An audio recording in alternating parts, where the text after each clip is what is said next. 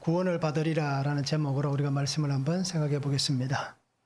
두 친구가 길을 갑니다. 아주 친한 친구입니다. 우리가 이런 얘기를 할 때 중마고우다라고 얘기해도 될 거예요. 굉장히 친한 친구이고 오랫동안 같이 했습니다. 그래서 너무나 둘을 잘 아는 그런 사이입니다. 그런데 이 두 사람이 길을 가다가 곰을 만났습니다. 곰을 만나면 어떻게 될까요? 어떻게든 도망을 가야겠죠. 그렇죠? 곰이 그렇게 이게 크고 무식해 보이고 그리고 둔해 보여도 굉장히 빠릅니다. 생각보다. 그래서 두 사람이 정말 재빨리 도망을 칩니다. 그런데 곰은 어떻습니까? 끝까지 이 두 사람을 쫓아옵니다. 그래서 잘못하면 그죠? 둘 다 큰 낭패를 당한 위기가 처음입니다. 그래서 끈질기게 쫓아오는 이 곰을 피해서 도망가면서 한 친구가 얘기합니다. 친구야, 우리가 곰보다 빨리 뛸 수 있을까? 옆에 있는 친구에게 묻습니다. 그러니까 견 집사님이 권 집사님한테 얘기합니다. 여보, 우리가 저 곰보다 빨리 뛸 수 있을까? 라고 물어보는 거예요. 그러니까 그 친구가 뭐라고 대답하겠습니까? 다른 친구가 힘겹게 이제 헐떡이면서 대답을 합니다. 친구야, 지금은 곰이 문제가 아니다. 내가 너보다 빨리 뛸 수 있을까? 이것이 더 문제다라고 얘기하는 겁니다. 자, 두 친구가 그렇게 오랜 친구인데 어떻습니까? 한 친구는 곰에게서 어떻게 하면 빨리 뛸 수 있을까라고 얘기하는데 한 친구는 어떻게 하면 내가 너보다 빨리 뛸 수 있을까라고 얘기를 하고 있습니다. 자, 이런 우정이 어떨까요? 예전에는 몰랐을 거예요. 그래서 우정이든 사랑이든 어떻습니까? 어려운 일을 당해보면, 그죠? 이것이 참 우정이다.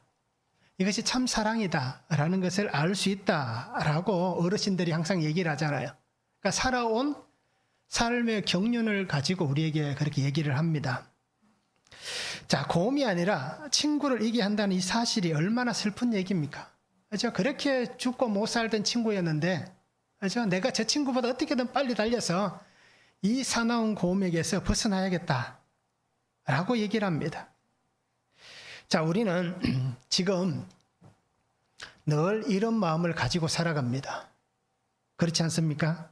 나는 저 친구보다는 어떻게든 앞서야 된다. 그죠? 나는 어떻게든 저 사람보다는 잘 살아야 된다. 또 교회에서는 어떻습니까? 나는 저 사람보다는 직분이 조금이라도 더, 그죠? 내가 조금 더, 높이를 표현하기가 좀 애매하지만, 그죠? 내가 조금 더 높은 직분을 받아야 된다. 라고 얘기하는 우리의 모습들입니다. 신앙의 모습으로 살든, 신앙이 없이 살든 똑같은 생각들을 가지고 있습니다. 내가 저 사람보다는 조금 더. 목사들은 어떤 생각을 갖고 있을까요? 내가 저 사람보다는 조금 더 큰 교회를. 그렇지 않습니까? 내가 저 사람보다는 조금 더 예산이 많은 교회를. 왜냐하면 1년에 노회에서 항상 이렇게 서류에 보면 나오잖아요. 우리 교회 예산이 얼마다, 교인 세례 숫자가 얼마다, 이런 게 다 기록됩니다. 그리고 우리 남노회 안에 있는 교회들이 다 같이 공유를 합니다. 그러면 내가 저 사람보다는 조금 더. 항상 이런 마음을 가지고 우리가 살아갑니다. 자, 그런데 결국 어떻습니까? 우리는 이렇게 생각하는 거예요. 나를 위해서라면, 그죠? 나를 위해서라면 다른 것은 희생해도 괜찮다. 라고 생각들을 합니다. 두 친구가 있지만, 또 이 비슷한 얘기 했잖아요. 우리 이소부에 나옵니까? 어떻습니까? 두 친구가 도망가다가 곰을 만났을 때, 한 친구는 어떻게 합니까? 죽은 척하고 있고, 그죠? 한 친구는 도망가잖아요. 그래서 나중에 곰이 죽은 척하고 있던 친구가 이렇게 막 하다가 가잖아요. 그래서 친구가 나중에 뭐라고 얘기합니까? 곰이 너한테 뭐라 하더나? 라고 물어보잖아요. 그렇죠? 그래서 곰이 내게 이렇게 얘기하더라. 라는 것이 우리 이소부야에 나오는 것을 잘 압니다. 자, 이렇듯 우리는 경쟁을 합니다. 신앙도 경쟁을 하고, 그죠? 삶도 경쟁을 하고. 그래서 어릴 때부터, 태어날 때부터 경쟁을 하면서 합니다. 심지어 성경에도 경쟁하는 사람 두 사람이 나오잖아요. 에사하고 누굽니까? 야곱이 태어날 때부터 경쟁을 하잖아요. 내가 먼저 나와야 된다. 네가 먼저 가야 된다. 그런 인생을 우리가 살아갑니다. 그런데 우리가 어떻게 살아갈 것인가를 한번 생각해 보시기 바랍니다.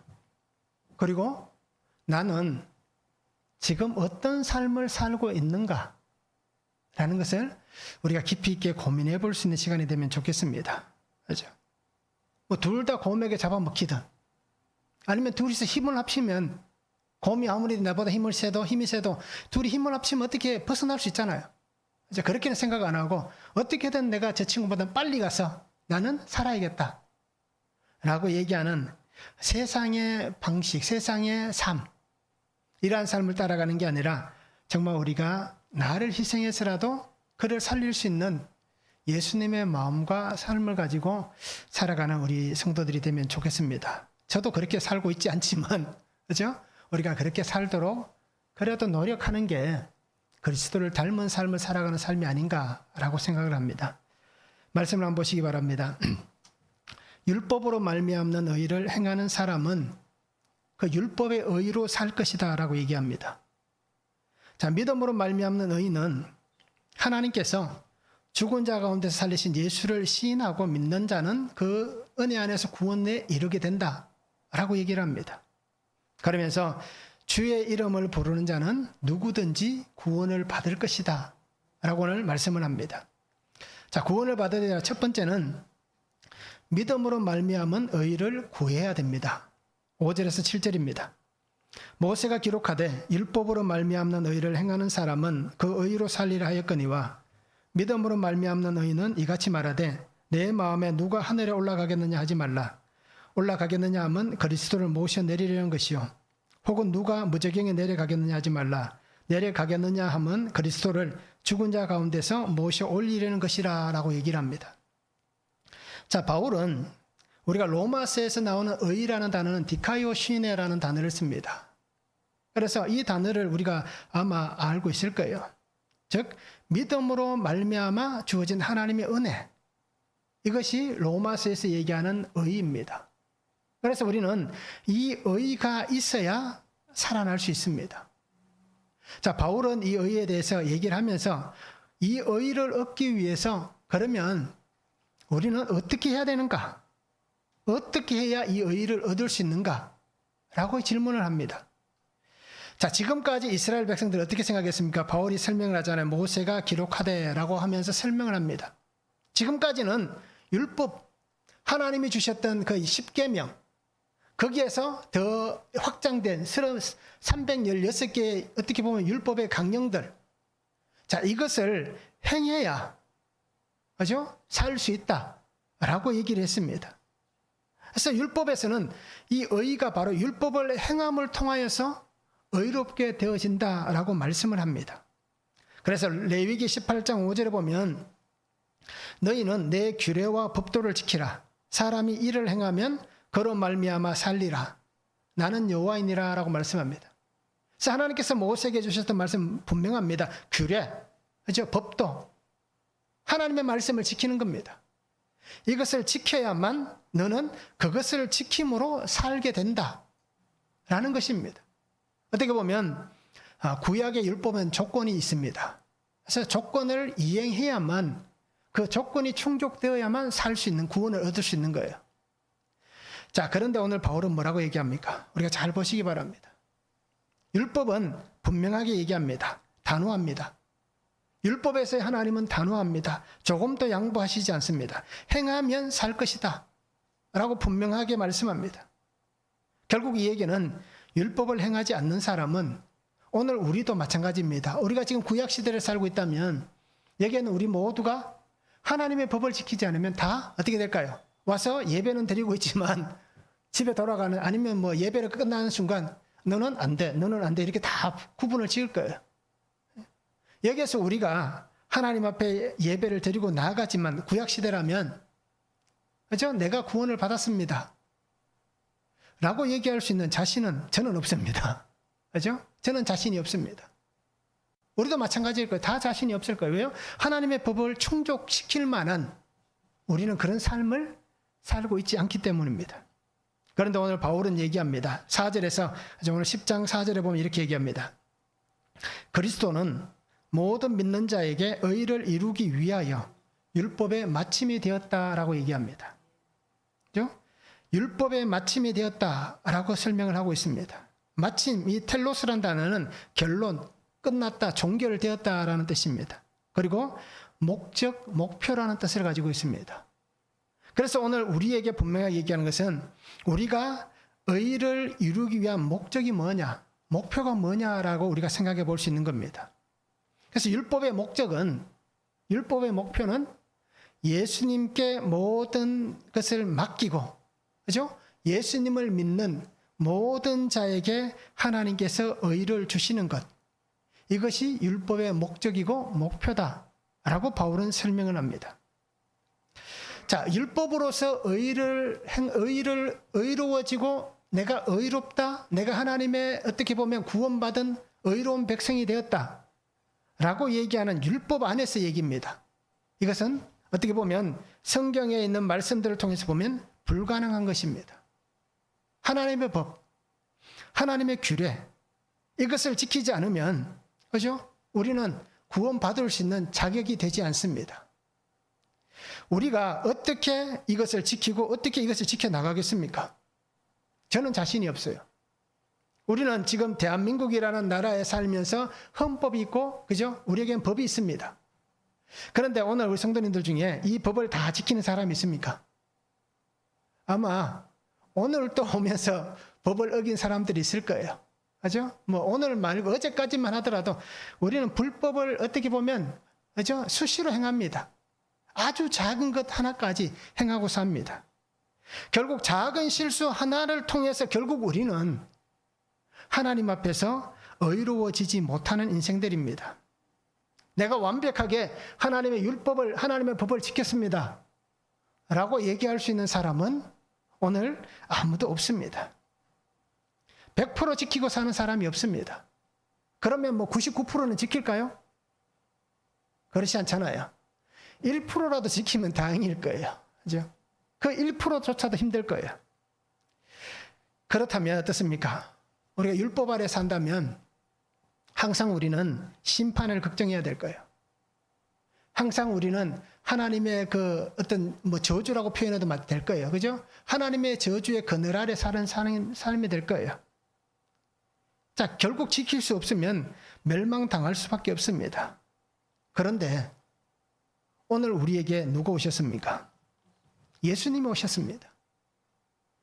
약속하신 예수님께서 오심을 통하여서 나는 예수님을 믿는 그 믿음 안에서 의롭다고 인정되는, 내가 의로워지는 게 아니라 나는 의로운 사람입니다 라고 말할 자격이 있는 게 아니라 예수님을 통해 의롭다고 인정하시는 그 은혜를 오늘 우리가 입게 된 것입니다.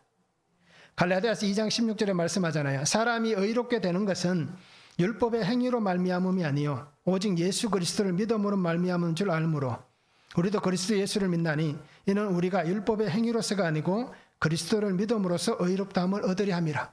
그렇죠? 우리가 율법으로 이루어지는 게 아니라 내가 예수님을 믿는 그 믿음, 나에게 찾아와 주신 그 예수님을 내가 믿음을 통해서 오늘 내가 죄인이지만 하나님께서 의롭다고 인정해 주시기 때문에 오늘 우리가 의로운 사람이 되는 것입니다. 그리고 오늘 우리는 율법의 행위로서는 도저히 의롭다함을 얻을 사람은 아무도 없습니다. 그러게 우리 성도님들이 하나님께서 내게 허락하신 이 그죠? 이 은혜 자리에 거할 수 있기를 원합니다. 그럼 그곳에 어떻게 거할 수 있습니까? 바울은 믿음으로 말미암아 그곳으로 갈 수 있다라고 얘기합니다. 믿음으로 말미암는 의는 무엇입니까? 바울은 얘기합니다. 예수님께서 이 땅에 오셨습니다. 성육신하신 예수님이 계십니다. 그러기에 십자가에서 죽으시고 십자가에서 부활하신 그 예수 그리스도, 나를 위해서 이 땅에 오셔서 구속의 주님이 되어주신 그 예수 그리스도, 나를 만나주시는 주님을 만나고 나를 살리시는 그 예수님 안에서 내가 하나님의 거룩한 자녀로 살아가는 그 삶을 통해서, 나에게 그 삶을 열어주신 예수 그리스도를 통해서 내가 살아간다면 오늘 나는 믿음으로 말미암는 그 의 가운데에 거할 수 있다라고 그렇게 말씀을 하고 있습니다. 결국 이 얘기는 어떤 얘기입니까? 내가 나 하나님 믿고 싶습니다 라고 손을 내민 게 아니라 하나님께서 나에게 먼저 손을 내밀어 주신 겁니다. 그죠? 하나님께서 내게 말씀이 들리게 하셨고 우연이든 필연이든 상관없이 나에게 하나님을 만날 수 있는 그 길을 하나님께서 열어주신 겁니다.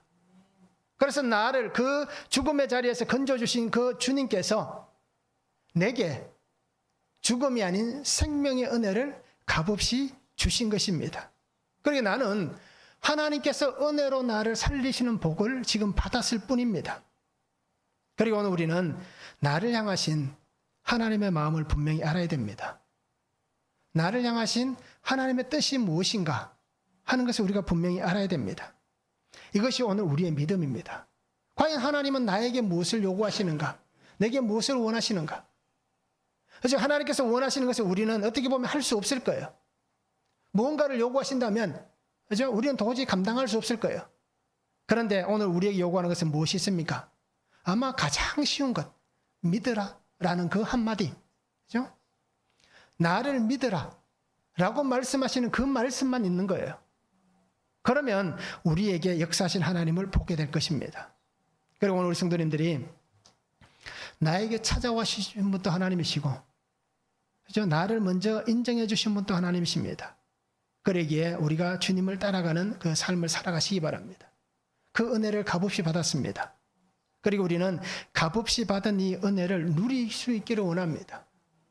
숨겨두는 게 아니라, 그것과 떨어져 있는 게 아니라 그것을 우리가 누리며 살아갈 수 있는 성도가 되면 좋겠습니다. 그리고 결국 믿음은 부활하신 주님이 나를 만나주신 그 은혜입니다.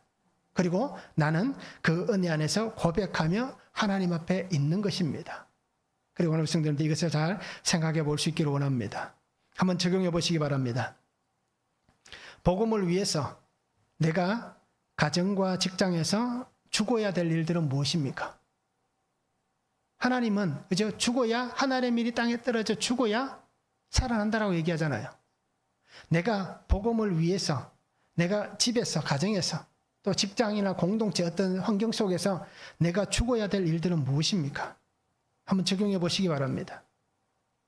나는 무엇을 보고 평가합니까? 나는 무엇으로 평가를 받고 있습니까? 내가 평가하는 기준, 내가 평가받는 기준은 무엇입니까? 오늘 우리에게 이 평가의 기준은 믿음입니까? 행위입니까? 한번 적용해 보시기 바랍니다. 내가 평가받는 것, 또 내가 평가하는 것이 믿음이냐, 행위이냐? 그렇죠? 이것이 아주 우리에게 중요한 문제입니다. 그래서 저는 곰곰이 생각해 보니까요, 믿음이라고 얘기하고 싶은데, 그렇죠? 내가 평가받는 것도 그렇고, 내가 평가하는 것도 그렇고, 눈에 보이는 행동을 보면서 평가하고 평가를 받는 것 같아요. 저는 그렇습니다. 그런데 우리 성도님들은 나는 어떻게 평가받고 있고 평가하는지 한번 적용해 보시기를 바랍니다.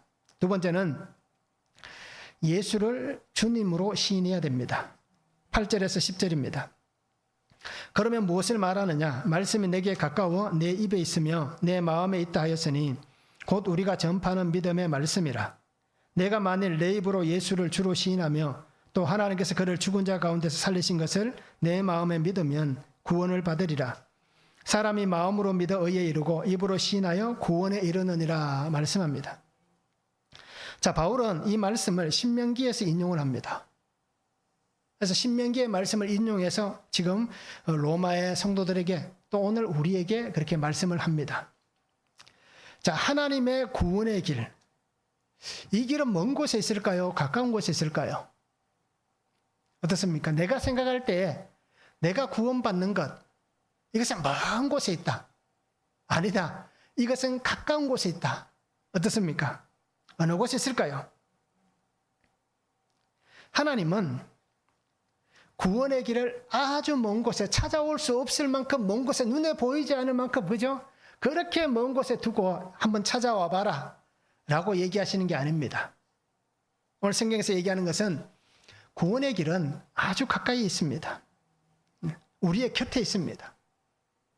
그래서 누구든지 주의 은혜 안에서 누구든지 구원의 삶이 되는 길을 열어주시고 있습니다.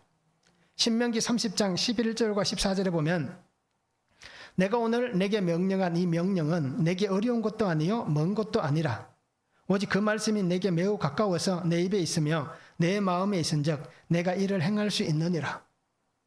이 신명기의 말씀은 어떻습니까? 모세를 통해서 하나님이 백성해 주신 말씀이잖아요. 근데 뭐라고 얘기합니까? 어려운 것도 아니고 먼 것도 아니다라고 얘기합니다.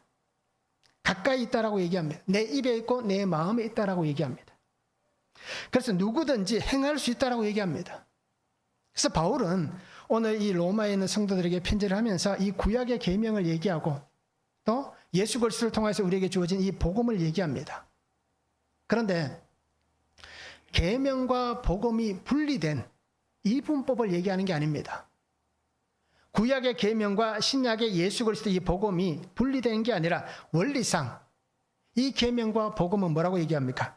동일한 것이다라고 얘기합니다. 하나다라고 얘기를 하고 있습니다. 그래서 계명이 유대인의 삶에서 가까이 있었습니다. 그렇잖아요. 그 말씀이 가까이 있었습니다. 그와 똑같이 오늘 복음이 항상 어떻습니까? 모든 사람들의 곁에 있다라고 얘기를 합니다. 그렇기 때문에 이 복음, 하나님의 약속의 말씀을 듣는 것은 바울은 그렇게 얘기합니다. 신명기의 말씀을 통해서 분명히 얘기합니다. 어려운 것은 아니다. 이 말씀을 듣는 것은 어려운 것이 아니다라고 얘기합니다. 왜요? 이 복음이 가까이 있으니까. 결국 이 복음을 듣는 것은 아주 쉬운 것이다라고 그렇게 오늘 로마의 성도들이 얘기를 합니다.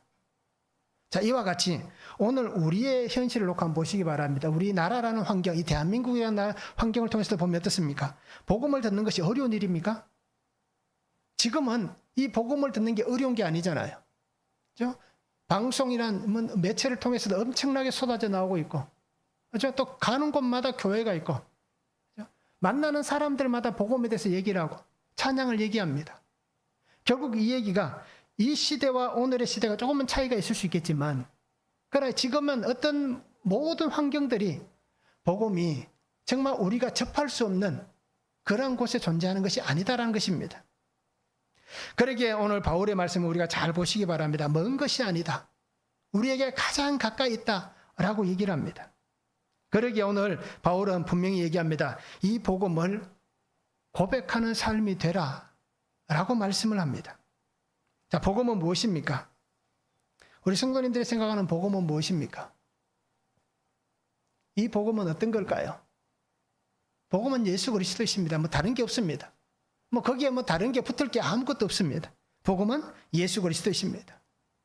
성경에 있는 말씀들 통해서 보면 어떻습니까? 이 복음은 기쁨의 좋은 소식이다 라고 그렇게 말씀을 하잖아요. 그러기에 이 복음은 하나님의 구속의 은혜인 것입니다.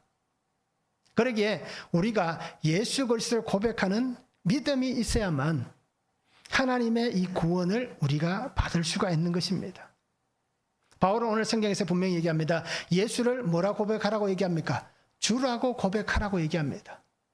여기에 사용한 헬라 퀴리오스라는 단어는 주인이란 뜻입니다. 하나님, 이제 최고의 통치자, 권위자라는 뜻을 가진 퀴리오스라는 단어를 씁니다.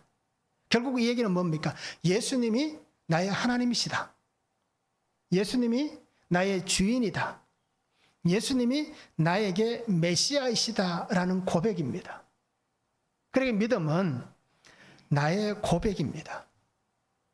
우리가 하나님을 믿습니다. 나는 예수님을 믿습니다. 라고 얘기하면서도 내가 예수님을 정말 나의 생명의 주인으로, 내 삶의 주권자로, 나를 창조하시고 구원하시는 하나님으로 예수님을 인정하지 않는다면 우리에게는 믿음이 없는 것입니다. 예수님이 나의 퀴리오스, 나의 주인이 되는 것입니다.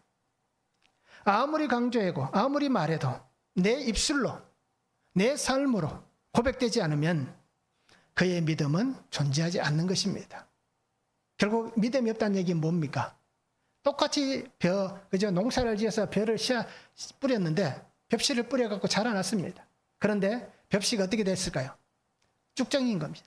안에 알곡이 없는.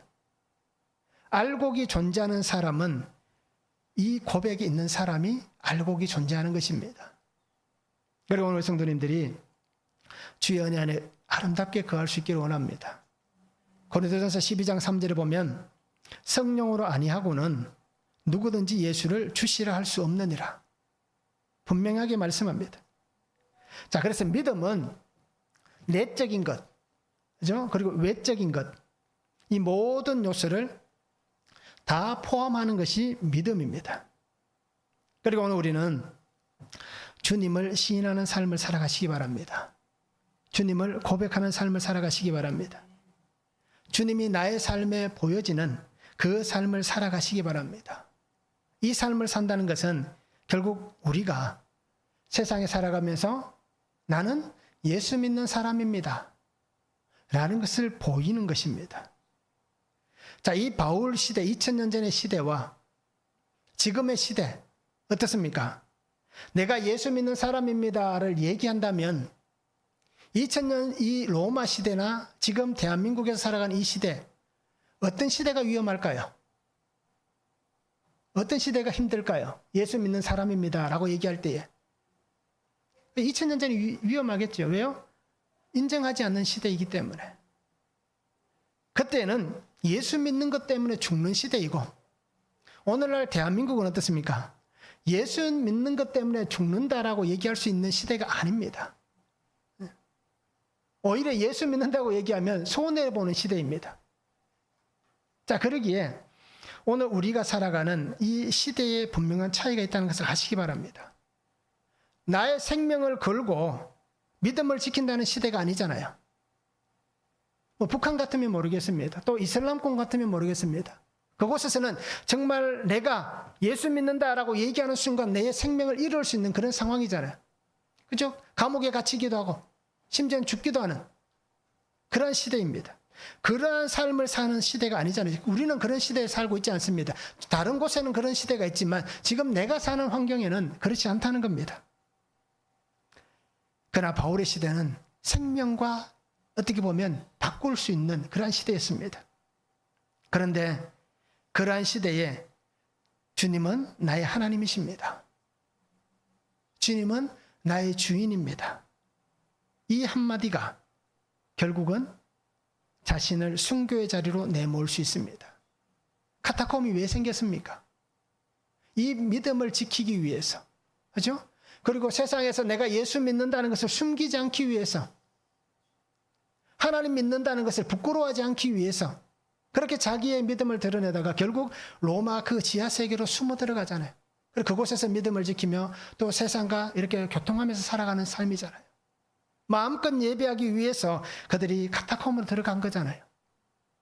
그리고 오늘 우리는 그런 시대가 아니기 때문에 오늘 우리가 어떻게 보면 우리의 신앙이 소홀할 수 있습니다. 북한 땅에서 내가 만약에 태어나서 그곳에서 내가 믿음을 받았다면 우리는 이 믿음을 지키기 위해서 생명을 걸어야 되는 거예요. 감옥에 가야 되는 거예요. 그렇기 때문에 오늘 우리가 살아가는 이 삶의 자리가 어떻게 보면 참 서로 비교하면서 하나님의 은혜입니다 라고 얘기할 수는 없지만, 그러나 우리가 지금 이 시대를 살아가면서 내가 정말 어떻게 보면 하나님을 향한 그 믿음, 하나님이 내게 주신 삶을 소홀하게 살아가고 있지는 않는가, 우리가 깊이 있게 한번 생각해 보시기 바랍니다. 그래서 바울은 얘기합니다. 시인하는 삶을 살아야 된다.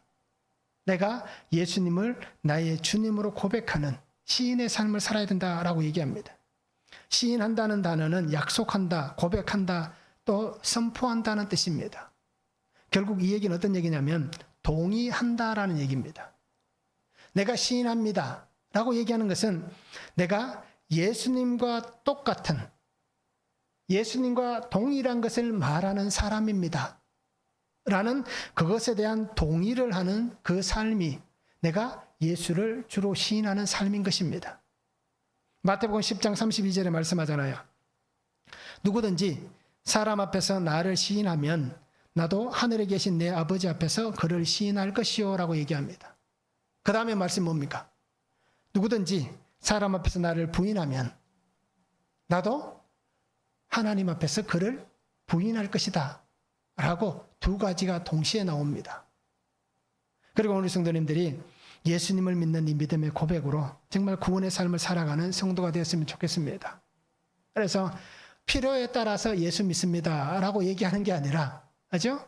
힘들고 어려운 자리라 할지라도 내가 예수 믿는 사람입니다 라고 말할 수 있고, 또 그렇게 삶으로 보여줄 수 있는 그러한 우리의 모습들이 되면 참 좋겠습니다. 한번 적용해 보시기 바랍니다. 나는 예수님을 믿는다고 말하는 것이 부끄러운가? 아마 이게 있을 거예요. 저도 그런 적들이 참 많았으니까. 어릴 때는 예수 믿는 게 부끄럽다라고 해서 말하는 게 아니라 사람들 앞에서 어떻습니까? 기도하는 모습이 보여지는 것. 그죠? 또 이렇게 친구들하고 이렇게 다니다가 교회 가는 것이 어떻게 보면 말하기가 참 애매한 여러 가지 상황들을 아마 많이 겪었을 거예요. 그래서 말은 하지 않지만, 내가 예수님 믿는 게 부끄럽다고 말은 하지 않지만 그냥 보여지는 게, 그죠? 그렇게 행동되어지는 일들이 참 많았을 거예요. 그래서 우리가 한번 적용해 보시기 바랍니다. 아직도 나는 여전히 예수님을 믿는다고 말하는 게 부끄러운가? 나의 고백은 무엇인가라는 겁니다. 예수님이 나의 구원의 주님이십니다 라는 이 고백이 있는지 우리가 한번 적용해 보시기 바랍니다. 자, 세 번째는, 구원은 어떻습니까? 이 구원을 받는 것은 차별이 없는 은혜입니다. 11절에서 13절입니다. 성경에 이르되 누구든지 그를 믿는 자는 부끄러움을 당하지 아니하리라니 유대인이나 헬라인이나 차별이 없음이라. 한 분이신 주께서 모든 사람의 주가 되사 그를 부르는 모든 사람에게 부요하시도다. 누구든지 주의 이름을 부르는 자는 구원을 받으리라 라고 말씀합니다. 자, 누구든지 부끄러움을 당하지 않는다라고 얘기합니다. 믿는 자는, 여기서 부끄러움은 뭘까요? 수치와 모욕입니다. 그러면 우리가 예수를 믿으면서 왜 수치와 모욕을 당합니까? 따지고 보면 예수님 때문에 수치와 모욕을 당하는 것보다는, 내가 사는 삶의 모습 때문에, 나 때문에 예수님이, 하나님이 수치를 당하고 하나님이 모욕을 당하는 거예요. 야, 너 같은 게 예수를 믿냐? 아마 그런 얘기 들어보신 적 있습니까? 저는 들어본 적이 있습니다. 야, 어떻게 너가 예수를 믿냐라고 얘기하는 소리를 들어본 적이 있습니다. 그리고 그런 얘기를 많이 들었습니다. 목사세요? 라고 얘기하는 얘기를 많이 들어봤습니다. 그죠? 예전의 모습을, 저의 모습을 아마 우리 성도님들 중에 기억하시는 분들이 있을 거예요. 그죠? 그때 제 모습, 외형적인 모습을 보고 사람들이 그렇게 많이 했습니다. 말을 많이 했습니다. 정말 목사님이세요? 라고 얘기하는 그런 얘기를 참 많이 들었습니다. 자, 어떻습니까? 나는 어때요? 이런 얘기를 참 많이 들어보지 않습니까? 부끄러움을 당하는 이유가 뭡니까? 나의 수치와, 그죠? 나에게 당하는 이 모욕들. 자, 이것이 누구 때문에 당하고 있습니까? 예수님 때문에 당하는 게 아니라 오늘 나는 나 때문에 당하고 있는 겁니다. 자, 우리의 죄를 위해서, 나의 모든 허물을 위해서 예수님께서 십자가에서 속량해 주셨습니다. 그러니까 우리가 믿으면 오늘 말씀같이 부끄러움을 당하지 않는다라는 것이 어떻게 보면 당연한 거예요. 그런데 주님께서 나 때문에 피 흘려주시고 주님께서 나 때문에 죽으시고 그 죄로 죽을 인생인 내가 속량, 구속의 은혜를 받았습니다. 결국 나의 이 부끄러운 모든 것을 누가 책임지셨습니까? 예수님께서 나의 부끄러움을 다 책임져 주신 거예요. 나의 부끄러운 이 길을 내가 걸어가는 게 아니라 예수님께서 이 길을 걸어가 주셨기 때문에 나의 수치, 내가 당해야 될 모욕, 그죠? 이 세상에서 내가 손가락질을 받아야 되는데 예수님께서 나를 위해서 그 길을 걸어가 주셨기 때문에 주님께서 그 모든 수치와 부끄러움을 당해 주신 것입니다. 오늘 나의 부끄러움과 수치는 무엇이 있습니까? 나의 죄는 뭡니까? 오늘 우리에게는 얼마나 많은 죄가 있습니까? 허물이 있습니까? 나도 모르는 것이 아마 많이 있을 거예요. 꼭꼭 숨겨두었던 거. 그죠? 옷장 속 깊숙한 곳에 숨겨둔 비상금과 같이 때로는 너무 꼭꼭 숨겨두어서 나도 찾지 못하는 그 비상금. 그렇죠? 그런 것과 똑같이 내가 얼마나 숨겨둔 죄가 많습니까? 나의 삶의 모습들 또는 나의 어떻게 부끄러운 환경들. 어떤 사람들은 가족을 부끄러워하기도 하잖아요. 젊을 때는, 그죠? 꼬마일 때는 다 그랬을 거 아닙니까? 저도 어릴 때는 그렇게 생각해서 가족이 부끄럽다라고 얘기했어요. 왜요? 가족들은 아무것도 하는 게 없는데, 가만히 그대로 있는데 그냥 내가 부끄럽게 여기는 거예요. 왜 그럴까요? 사회적인, 경제적인 그 순위를 매기기 때문에 그런 겁니다. 그리고 오늘 우리는 또 건강, 그죠? 이 건강, 내가 병이 있다라고 얘기하기가 참 부끄러운 시대입니다. 왜요? 그냥 얘기하면 되는데 그게 부끄럽게 얘기하는 겁니다. 뭔가 내가 큰 잘못을 해서 이러한 질병이 생긴 것 같다라고 생각하기 때문입니다. 그러나 그 문제는 어떻습니까? 그냥 자연스럽게 생겨나는 질병들인 거예요. 단지 내가 그 질병을 지금 지나가고 있을 뿐이란 겁니다. 그리고 우리는 이러한 모습들을 통해서 결국 어떻습니까? 우리는 하나님 앞에서는 또 사람들 앞에서 스스로가 이 부끄러움을 숨기고 살아갑니다. 그런데 오늘 우리가 잘 아시기 바랍니다. 누가복음 23장 41절 말씀, 그 강도가 얘기하잖아요. 우리는 우리가 행한 일에 상당한 보응을 받는 것이니 이에 당연하다라고 얘기합니다. 그 십자가에서 죄로 죽는 것도 당연하고, 어떻게 보면 이러한 질병을 당하는 것도 그죠? 그냥 당연할 수 있는 거예요. 그게 어떤 큰 이슈거리가 되지 않습니다. 그냥 당연한 사건들인 거예요.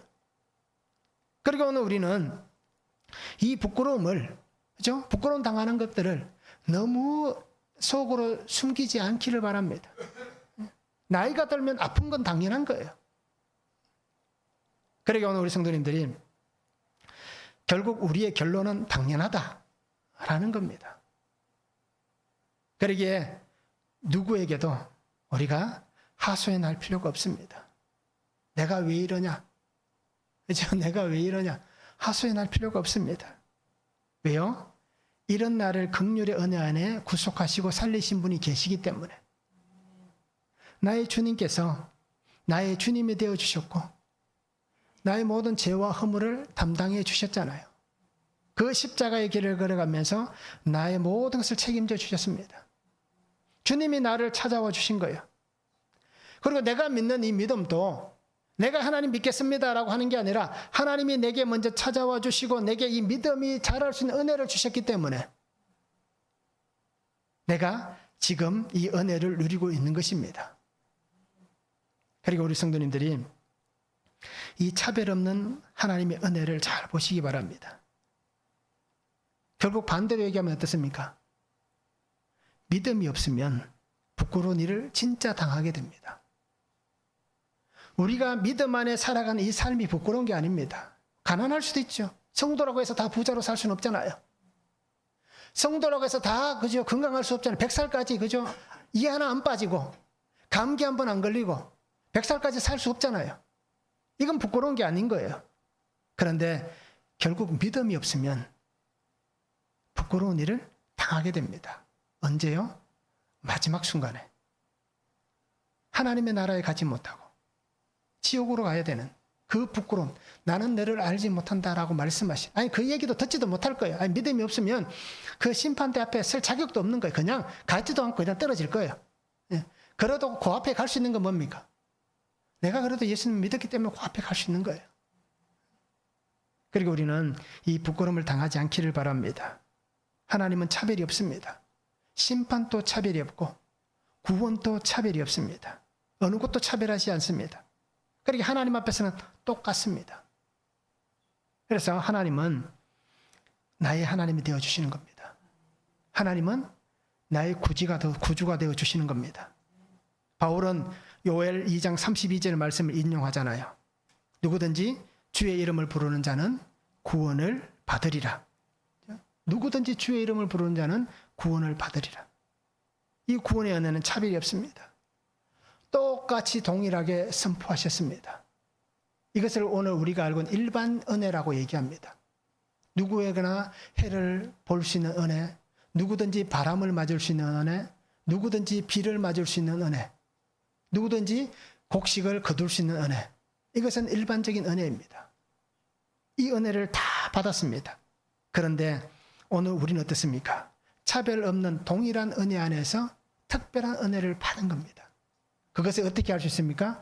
내가 예수님을 구주로 영접하는 순간, 나는 일반적인 은혜로 사는 게 아니라 하나님의 특별한 은혜로 사는 인생이 되었구나 라는 것을 우리가 고백하게 될 것입니다. 그러니까 주의 이름으로 구원의 복, 영원한 생명의 복을 누리며 살아가는 귀한 성도들 되었으면 참 좋겠습니다. 한번 적용해 보시기 바랍니다. 주의 이름을 부르는 것이 최고의 능력인 것을 믿습니까? 한번 적용해 보시기 바랍니다.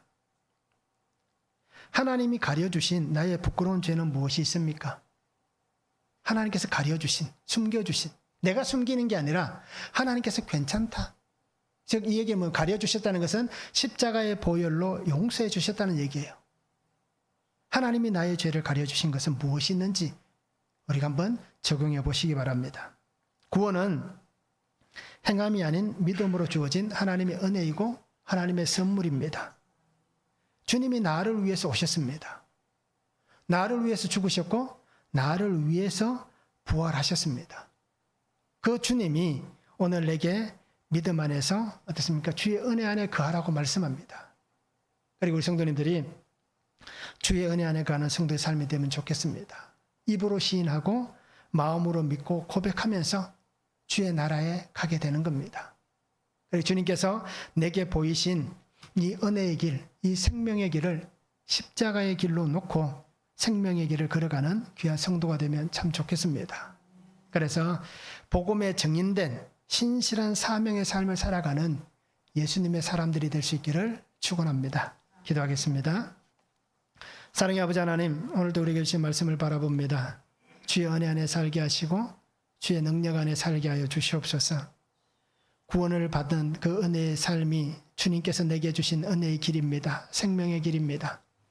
나를 위해 이 땅에 오신 예수님을 믿고 영접하고 그렇게 살아갈 수 있는 것은 내가 뭔가를 얻을 수 있어서, 내가 뭔가 잘해서, 내가 어떤 특별한 사람이라서 그런 은혜를 받은 게 아니라 하나님의 값없는 은혜 안에서 구속하신 은혜 가운데 거하는 하나님의 놀라운 그 복이기 때문에 오늘 내가 주님을 나의 구주로, 나의 하나님으로 고백할 수 있습니다.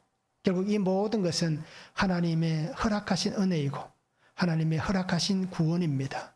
그러기에 우리가 이 은혜를 받았다고 해서 내가 어떤 것을 자랑할 것도 아니고 나를 높이는 것도 아닙니다. 그러기에 우리는 더 겸손히, 더 낮아져서 주님의 은혜와 사랑을 전하며 나와 같은 사람도 하나님이 구원해 주셨습니다. 그러기에 어떻게 보면 당신이 나보다 더 괜찮습니다. 그리고 하나님은 당신을 구원하시기를 원하십니다. 라고 복음을 전할 수 있는 귀한 성도의 삶을 살아가게 하여 주시옵소서. 그래서 날마다 예수 그리스도 안에서 구원의 아름다운 사건이 오늘 나의 삶에 일어나게 하시고 그 은혜 역사가 하나님 안에서 풍성할 수 있도록 아버지 하나님 은혜 위에 은혜를 다하여 주시옵소서. 감사를 드리며 예수 그리스도 이름으로 기도하옵나이다. 아멘.